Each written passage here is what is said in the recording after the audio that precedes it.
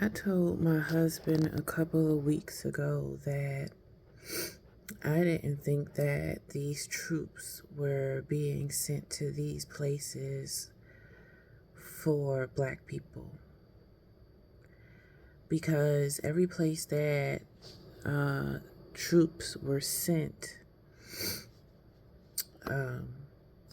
crime was down 20, 25, 30, 31% in either every place that they sent troops or almost every place that they sent troops. And I ain't gonna say that because I cried when they took DC because I grew up in DC, you know? So, I told him a couple of weeks ago, just kind of sitting and looking and listening. Like, they're not there for black people. I don't know what they're there for, but it ain't us. But they used black people's faces because they know that racist white people, and you guys fall for it every single time. You guys are so predictable with your racism. And to them, they probably hate everybody, especially if you don't have money. But y'all are so predictable because y'all, nobody said anything when they were out there talking about black people and, black people being arrested here or there and, little places here or there. And the silly-minded immigrants were all like cheering because the blacks are being arrested and deported. No, they were sending them troops to all these different places because the money is gone. And once America finally realizes that the money is gone, my daughter said last year, all this year, she kept saying, 2026 is going to be worse. She said last week that it's going to be like January 6th, but worse. That's what my daughter said. And I couldn't understand why until, you just kind of sit and you think about what is happening with these food stamps. And I told my husband last week, the money is gone. And these troops are here in these states, in these cities. Aren't these like major cities?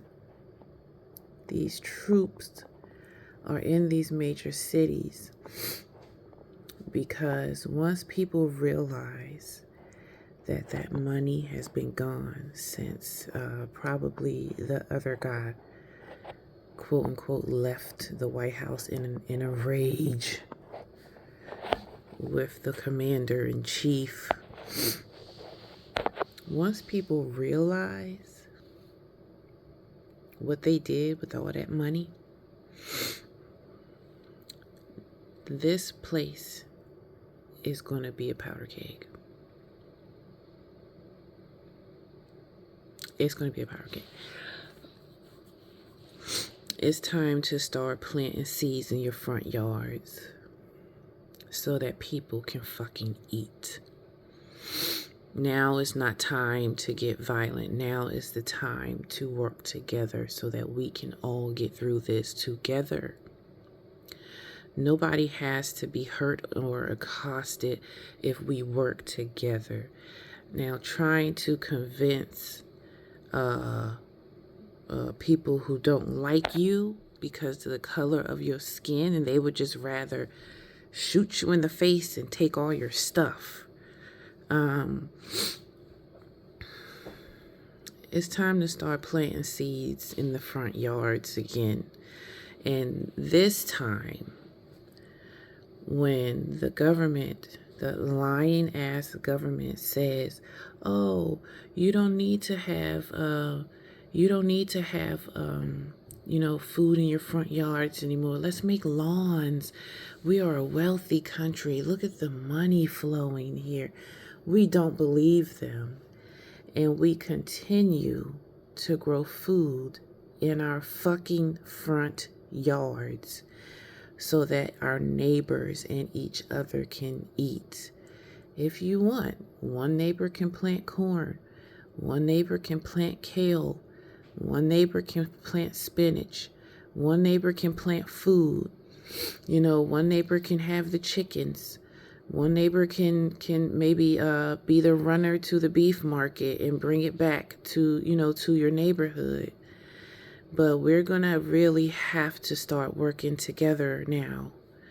Now is not the time to crash out. Now is the time for us to work together so that we can survive this, because we have been robbed blind. I believe that. We've been robbed blind. And these tariffs are nothing but a way to make us double pay for taxes that they have stolen. And I'm not saying he has stolen, they have stolen. I wonder why all of a sudden, after holding on for dear life to that thinnest strand of whatever she was holding on to, all of a sudden Nancy Pelosi is retiring after she has caused so much destruction and so much stagnation within the Democratic Party. She was in on it. I believe it. I believe they all in on it. If not all, most.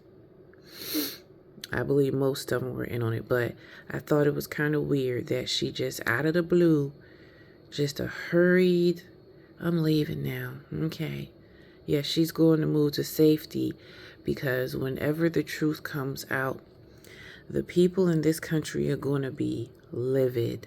And I can tell you with a mathematical certainty that these politicians that are moving on to these military bases, and these politicians that may be scared for their lives after the country realizes what happened, they ain't scared of what's coming from the black community, if you know what I mean.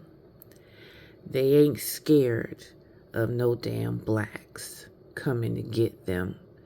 They scared of all the people that they have convinced to buy hundreds of guns per individual, per household.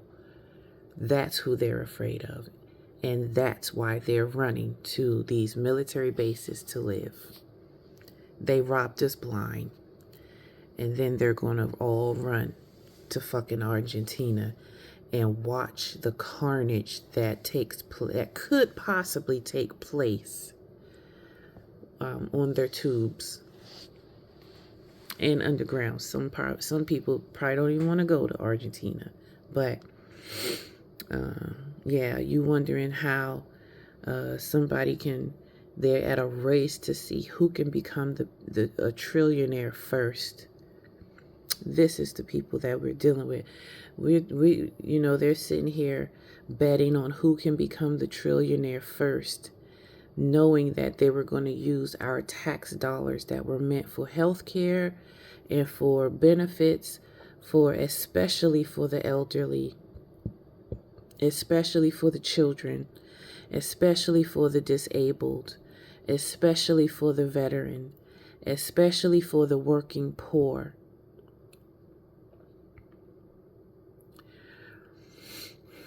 But y'all running around in fucking Starbucks looking for a goddamn cup for $30 fucking when you've been robbed blind. Absolutely.